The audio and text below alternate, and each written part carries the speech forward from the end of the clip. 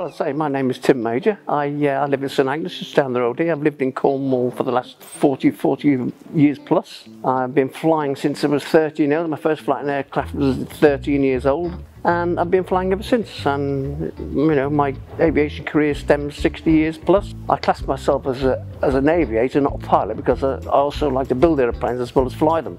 The inspiration to build this aeroplane was basically simply, I think it's every child's dream who's interested in aviation to want a Spitfire or build a Spitfire, actually flying a Spitfire, because it's such an iconic aeroplane. There's lots of very nice aeroplanes, but the Spitfire I think is the total thing. I built it from plans. It took me 6.5 years to build it. It's an exact replica, aerodynamically as well. Everything on it is 75% scale. The only stuff is you could do with a 4'6" pilot to fly it. So when I jump in there's not much room. There wasn't much room in the real one, to be quite honest, but there's certainly not much room in this one. But I built it in my garage when I lived at Portstown, because the actual wingspan is 28'6", so I only had sort of a foot each end to work around, and a bit cramped, but yes, we did it.